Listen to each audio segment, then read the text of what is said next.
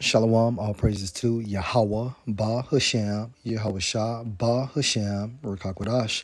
Double honors to the apostles, the elders, salutations to you, sincere brothers, teaching and truth and sincerity. A lesson will be entitled An Overview on Jackson, Mississippi. Lord will, you are edified. Video was inspired from the YouTube platform Hip Hop Daily for our use.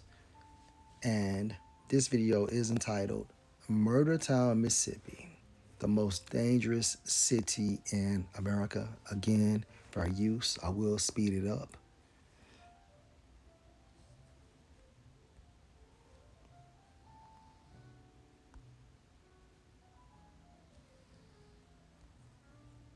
It's a lot. Real time. Luigi Man.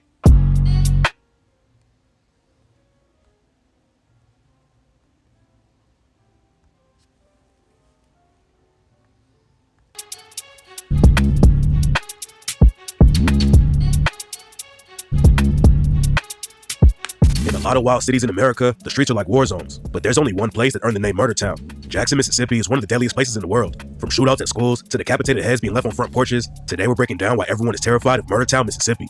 Jackson isn't just the capital of Mississippi. And of course, Jackson was named after who? Andrew Jackson, right? Going into the prophecy.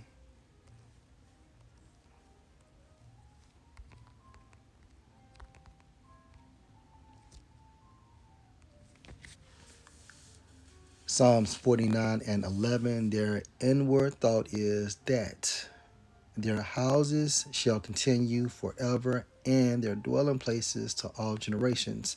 Their inward thought is talking about the Edomites, beginning with their nobility. They call their lands after their own names, okay? Hence Jackson, okay? Named after Andrew Jackson, who was an Edomite. It's also the murder capital of America. There are about 5 murders for every 100K people in America, but Jackson is over 20 times more violent. Just stepping outside of your crib in Jackson is a gamble with your life. People are getting. Wait a minute. What'd he say? Let me slow it down.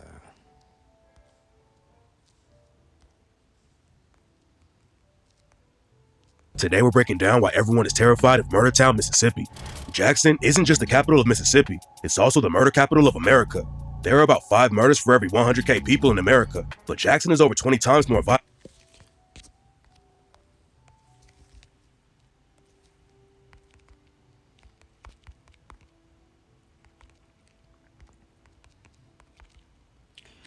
Psalms 23 and verse 4. Yea, though I walk through the valley of the shadow of death, referring to America, I will fear no evil while living in America. Because what? We are enlightened via the Holy Spirit. And therefore, Baratazah, we continue to have what? Let's go to Psalm 34 and verse 7. The angel of Yahweh encamps round about them, the elect that fear him, the elect, and delivereth or delivers them, the elect. So let's go back. For you art or are with me, your rod and your staff, they comfort me. How so? Via the scriptures, right? So with that being said, let's go to Ecclesiastes, the 12th chapter, and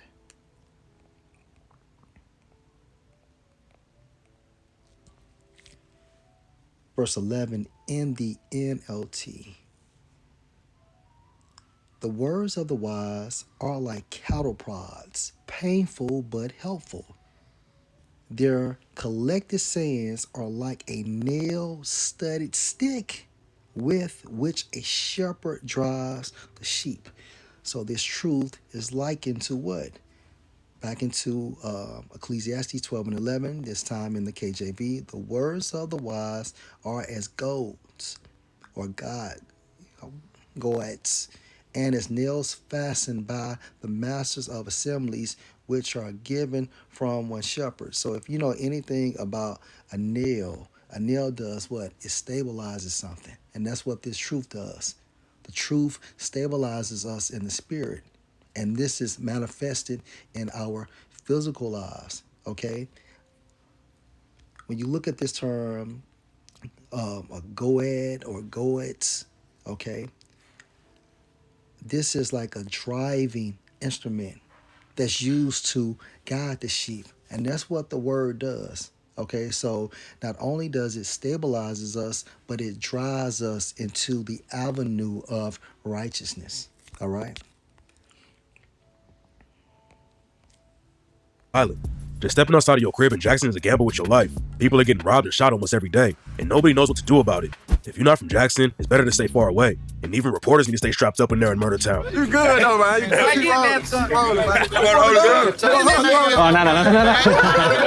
No. But before we get into all the wild violence, you gotta understand where it started. Jackson has always been a rough place, and it's been going downhill fast since the 80s. Back then, there were over 200,000 people in the city, and there were a lot of businesses and opportunities. Then white people started leaving the city, and Jackson didn't do anything to help the black people who were stuck there. The problem actually started in 1970, when the schools in Jackson were forced to let black kids into the same schools where the white kids went. Racist white people didn't want their kids in the same. Remember this, no matter where we at, especially in America, right?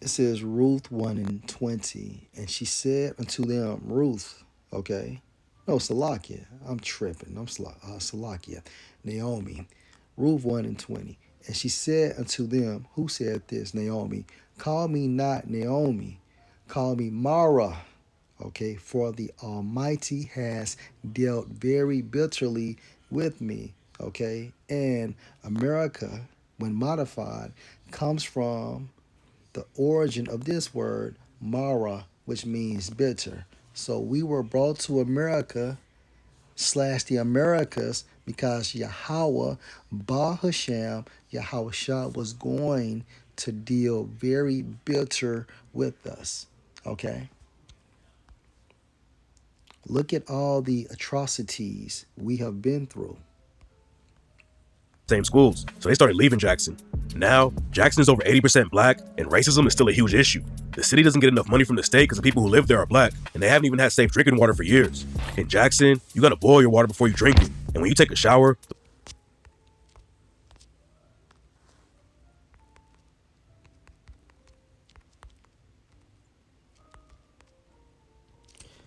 Ezekiel chapter 4 and verse 13. And Yahweh said, even thus shall the sons of Israel eat their bread. So like eat their defiled bread among the Gentiles, whither I will drive them. Okay, so from our food source and our water source, it's all corrupted, it's all defiled, it's all poisonous.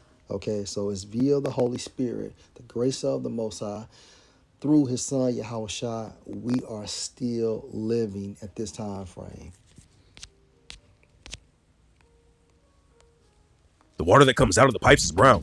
Racists are also still killing black people in Jackson, and in 2011, Murder Town made headlines everywhere when a bunch of white teenagers murdered an innocent black dude for no reason. James Craig Anderson was a 47-year-old black man who was born in Holmes County, Mississippi. He moved to Jackson and got involved with the community, but going to Jackson turned out to be a horrible mistake. In 2011, a white teenager named Daryl Deadman got a bunch of friends together and made a plan to go into Jackson to attack black people. The crew had been drinking and keeping the bottles to throw at people, and Daryl told his homies, let's go fuck with some niggas. Daryl and his friends spotted James Craig Anderson in the parking lot of a motel while they were driving down the road. James had lost his car keys and was trying to get into his whip, and that's when the white teenagers pulled up and started attacking him. One of the teenagers threw up a fist and yelled white power, and then they all got back in their whips to leave. They had a Jeep in the truck, and the Jeep left first. Daryl Deadman was driving the truck, and instead of pulling out of the parking lot, he drove over James Craig Anderson on purpose and killed him. Daryl Deadman started bragging about killing James Craig Anderson, and 2 weeks later, he was booked on a murder charge. Daryl Deadman and his friends all went down, but then the FBI got involved, and the situation got even crazier.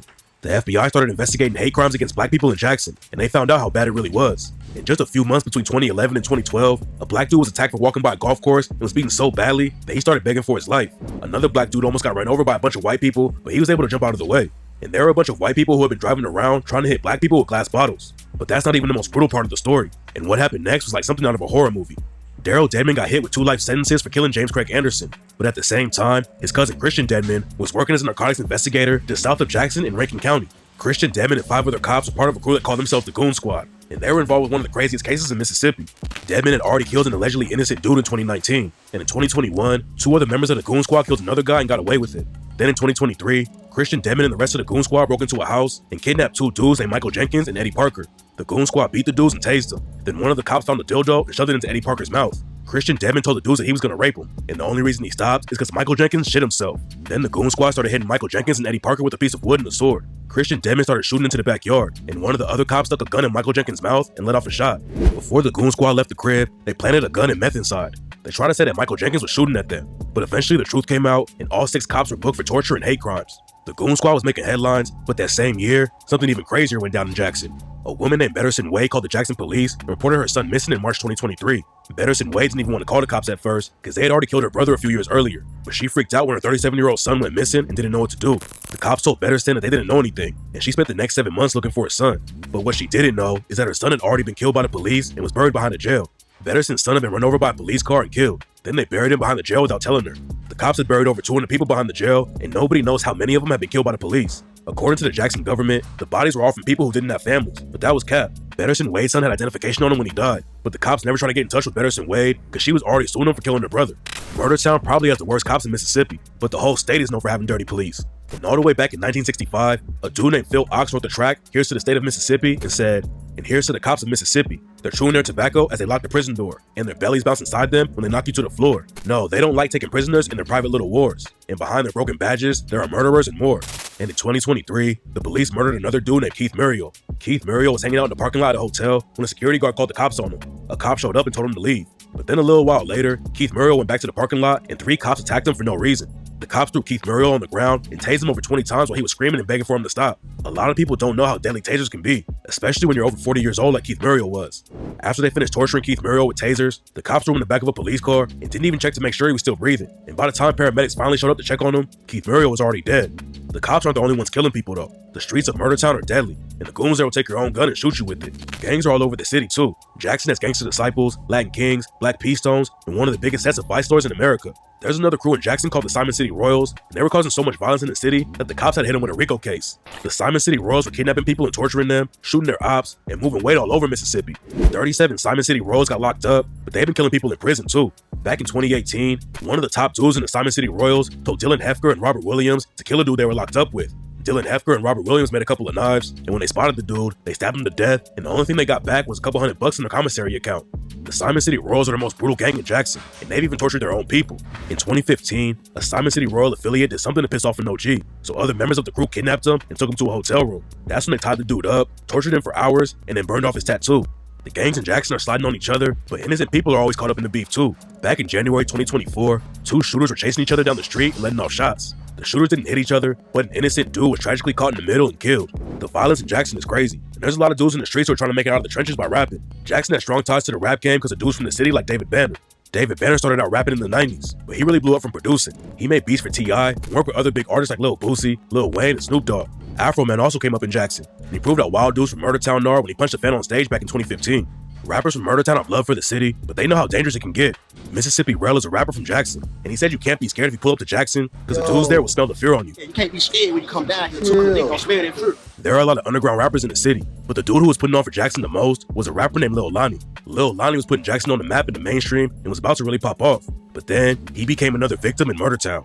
Lil Lonnie was from the north side of Jackson, and he said that when you're born there, it's pretty much guaranteed that you're gonna be a hustler or a robber. In my hood, I'ma say it like this, it ain't nothing to do but shit. You either gonna be a hustler, you either gonna be a robber, and that's it. All of Lil Lonnie's homies were hopping off the porch when they were around 12 years old, but Lil Lonnie stayed out of the street drama and was focused on rapping and finishing school. Lil Lonnie finished high school and went to college, and that's when he started popping off in the rap game. Back in 2015, his track Colors went viral and ran up crazy numbers, but Lil Lonnie decided to stay in college instead of dropping out and going full-time with rap. Even though Lil Lonnie was still in school, he was working with huge artists like Bryson Tiller and Moneybagg Yo. Lil Boosie linked up with Lil Lonnie for the track Walking on Blood and wanted to sign Lonnie to his label, but Lil Lonnie turned him down and kept making his own lane. Lil Lonnie wanted everyone around him to make it out, and in the video for his track Make a Way, Lonnie talks about how hard it is to get out of Murdertown. Lil Lonnie was on his way up, but then in 2018, he was brutally killed while driving around Jackson. Lil Lonnie was driving around with a woman named Ashanti Jones, and they were headed to a friend's crib to kick it. According to people close to Lonnie, he didn't have any enemies in the city, but a whip pulled up behind him and started shooting. Lil Lonnie pushed Ashanti down so she wouldn't get hit and saved her life, but one of the bullets hit Lil Lonnie in the head and tragically left him dead at the scene. The whole city was shocked when Lonnie died because he had a lot of love in Jackson, but what happened next was even worse. A couple days after Lil Lonnie was killed, his friends and family had a candlelight vigil for him in his neighborhood. People from all over Jackson showed up to pay respects, but then a shooter rolled through and started busting into the crowd. Yo, he had beef. He had beef. It has to be deeper than that, right? Because why would they spin again? Doesn't make sense, okay? Luckily, nobody got hit, but the situation made it clear that nobody was safe in Jackson. Some people thought Lil Lonnie had a target on his back just because he was popular and assumed somebody killed him out of jealousy. But what makes the case even worse is that the shooters didn't even know, and Lil Lonnie was brutally killed because of the headlights on his whip. Monia Davis, Marshawn. Right, but at the same time frame, if this was an isolated incident, why in the world did they shoot up, okay, the gathering with his friends and family? That doesn't make sense. It's deeper than that. Carr and Antoine Carr all ended up getting booked for the murder. The three of them were driving down Montebello Street in Jackson with because if it was just about the lights being bright, okay, he's dead. What's the point of shooting up the family gathering?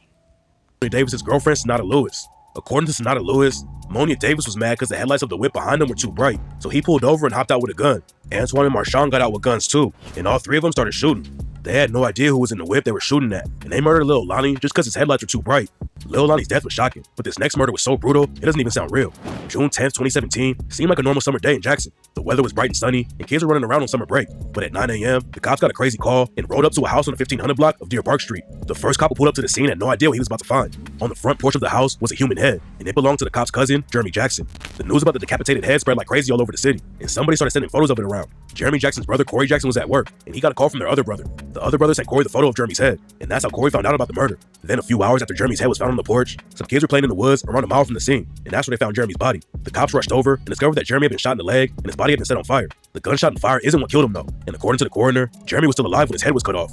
Nobody has any idea what happened to Jeremy Jackson or why somebody would want him dead. He had 3 kids and was studying business management at Jackson State University, and there's no clues about why he was killed like that. Rumors started flying that there's a serial killer in Murder Town, and that's who killed Jeremy Jackson, but there's no evidence to back the story up. Getting your head cut off probably won't happen if you pass through Jackson, but you definitely gotta be careful if you stop for gas. Gas stations are some of the deadliest places to be in Murder Town, and there are so many murders at gas stations that the cops started an operation called Gas Up and Guns Down to stop the violence. People are still dying like crazy in Jackson gas stations though. Back in April 2024, a dude walked into the gas station and started hitting a woman in the head. Then he walked outside and started putting hands on a dude who was sitting in his whip. The other guy was strapped up though, and the situation turned into a shootout. Bullets were flying all over the place, and the dude who was putting hands on everyone ended up getting killed. Then later that same day, 3 other people in Jackson all got shot and killed in separate shootings. In that same week, an 80-year-old woman was shot and killed while she was sleeping on her couch. Hotels are also dangerous spots to be. In February 2025, Precious Wilson was shot and killed at the Studio 6 Hotel. And a few weeks before that, Yesenia Cruz was beaten to death at the OYO Townhouse in Jackson. And a few months before Yesenia Cruz was beaten to death, a woman named Susanna Resendiz was shot and killed at the same hotel. There are so many murders going down in Jackson that it's hard to keep track though, and nowhere is safe. In February 2025, a 68-year-old woman named Thelma Wright was shot and killed inside her own home by a 15-year-old. Teenagers are doing a lot of the shooting in Murder Town, and in the same week that Thelma Wright was killed, a different 15-year-old was shot in the head in South Jackson. A lot of kids in Jackson end up in the streets when they're 11 or 12 years old, and by the time they're teenagers, they're already pulling triggers and killing people. The teenagers in Jackson are also known for jacking people's whips, and they're always ready to shoot to get what they want. Cities like Chicago have a lot of gang violence, but what makes Jackson so deadly is that you never know who's gonna try and take you out. Back in 2021, the mayor of Jackson talked to CNN and said, "We see lifelong friends kill each other. We've seen a son kill his mother and sister." In March 2025, a woman shot her own husband over a friend request on social media. Rashawn Wallace got into a fight with her husband, Damian Reed, because Damian was mad about a friend request that Rashawn had made. It's not clear exactly how it went down, but Rashawn let off a warning shot to make Damian get away from her. And when that didn't work, Rashawn shot Damian and killed him. Rashawn actually performed CPR on Damian after she shot him and tried to keep him alive. But Damian died, and now Rashawn is facing a murder charge. Mississippi needs more skilled workers. High-paying jobs are in demand. Another reason there's so much violence in Murder Town is because there's nothing to do in the city. Some people try to open up clubs, but then in 2021, there was a brutal triple murder at Club Rain on the west side of the city. A dude named Jeremy Johnson was booked after he allegedly killed 3 people at the club, but then the cops let him go without charging him. People in Jackson were protesting the case for years, and in 2025, the cops finally decided that they wanted to officially charge Jeremy Johnson, but they couldn't find him anymore. You're always taking a risk if you go outside in Murder Town. And in August 2024, 6 people all got shot outside of a bar in downtown Jackson. One of the people who got hit up tragically didn't make it out alive, and the cops still have no idea what really went down. Being a cop in Murder Town is dangerous too though, and in 2013, a detective got killed inside the police station. The cops had booked a dude named Jeremy Powell for allegedly stabbing a guy named Christopher Alexander in the neck and killing him. Detective Eric Smith and another cop were interviewing Jeremy Powell inside the police station, but Jeremy Powell wasn't ready for jail. When the cops were wrapping up the interview, Jeremy Powell attacked Detective Eric Smith and grabbed his gun. The other cop shot at Jeremy Powell and missed. Then her gun jammed and she ran outside to call for backup. But before anyone else could make it to the room, Jeremy Powell shot Detective Eric Smith 4 times and killed him. At that point, Jeremy Powell knew he was going to end up in prison. So instead, he pointed the gun at his own head and let off a shot. The first shot went into the side of his head, but Jeremy was still alive. So he put the gun under his chin and let off another shot that killed him. Some people in Murdertown go to college to make it out of the streets. Jackson has a college in the city called Jackson State University, but people are getting shot at college parties too. A fraternity at Jackson State University was throwing a block party for homecoming weekend, but then a fight broke out and somebody started shooting. Everyone knows that the violence in Murdertown is crazy. It's been the murder capital of America for 4 years straight, but nobody knows how to fix the problem. The city brought in the Mississippi Capitol Police to help out, but then those cops just started shooting people. People in Jackson already have plenty of reasons to not trust the police, and the Capitol Police are even sketchier. The Capitol Police don't even wear body cameras, and in 2024, they shot a bunch of people who were allegedly all innocent. The Capitol Police killed a 25-year-old dude over a traffic stop, and in another situation, they started shooting at a suspect and hit a random woman who was just sitting inside her house. The government in Jackson wanted to bring in even more Capitol Police, but cops are causing all kinds of violence. Back in 2022, a woman named Sharita Harris was riding around with her friend in Jackson. All right, so this was just more so just showing how the crime rate is in Jackson. Again, Ruth 1:20, and she said, "Unto them, call me not Naomi, call me Mara, for the Almighty has dealt very bitterly with us." And this was the whole purpose of us coming to America.